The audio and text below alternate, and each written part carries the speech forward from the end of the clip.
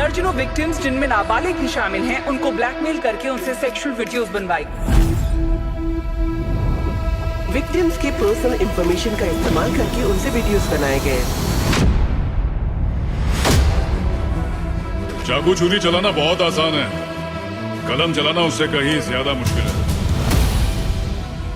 तूने कहा तूने किसी को देखा? हम सच में कुछ नहीं जानते। जहाँ एक तरफ हमें राजा महाराजा और बड़े घरानों की कहानियां में काफी दिलचस्पी रहती है, वहीं यूं तो ऐसी बहुत घटनाएं हो चुकी हैं जिससे ये पता चलता है कि ऐसे ही परिवार में कई बार फूट और धोखाधड़ी की वजह से काफी बुरा घटना भी घट जाती है। जहाँ पहले के जमाने में बड़े बड़े राजा महाराजा हुआ करते थे, तो वहीं जैसे ही समय आगे बढ़ा तो अब राजा महाराजा काफी कम हो गए, लेकिन अभी भी इनकी विरासत और इनकी वंशज को आगे बढ़ाने के लिए उनके बच्चे इनका टाइटल ले लेते हैं।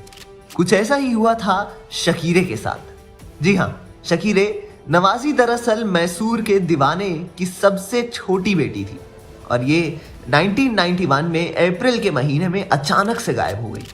वो मैसूर और जयपुर के दीवान पर मिर्जा इस्माइल की बेटी थी और उनकी सबसे प्यारी बेटी थी।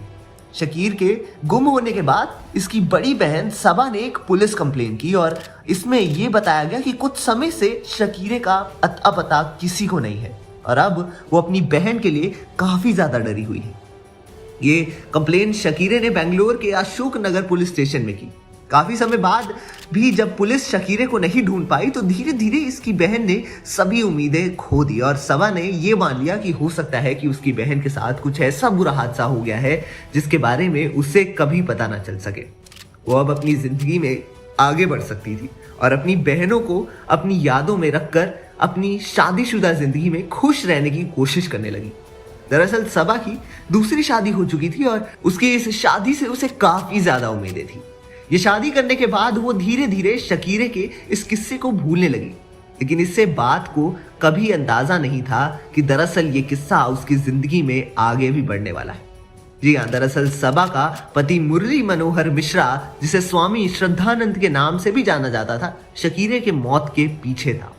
दरअसल श्रद्धानंद और शकीरे का काफी समय से चक्कर चल रहा था और उसकी शादी की शुरुआत साल में जब हमें उसे अपनी साली यानी कि शकीरे से प्यार हुआ तो शकीरे श्रद्धानंद से शादी करने के लिए तैयार हो गई, लेकिन श्रद्धानंद सबा को छोड़ना नहीं चाहता था और उसने शकीरे को दूर रहने की सलाह दी।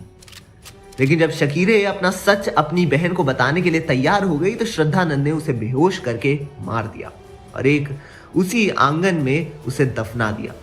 जैसे ही इस बात का पता पुलिस को पता चला तो श्रद्धानंद को फांसी की सजा सुना दी गई, लेकिन सुप्रीम कोर्ट ने इस सजा को माफ करके जिंदगी भर के लिए कैद की सजा सुना दी। अब क्या लगता है आपको, क्या बलवान 2 का प्लॉट हो सकता है कुछ ऐसा? बताइए हमें कमेंट सेक्शन में राय अपनी और देखते रहिए हमारा चैनल पॉलीग्राफ स्टूडियोज।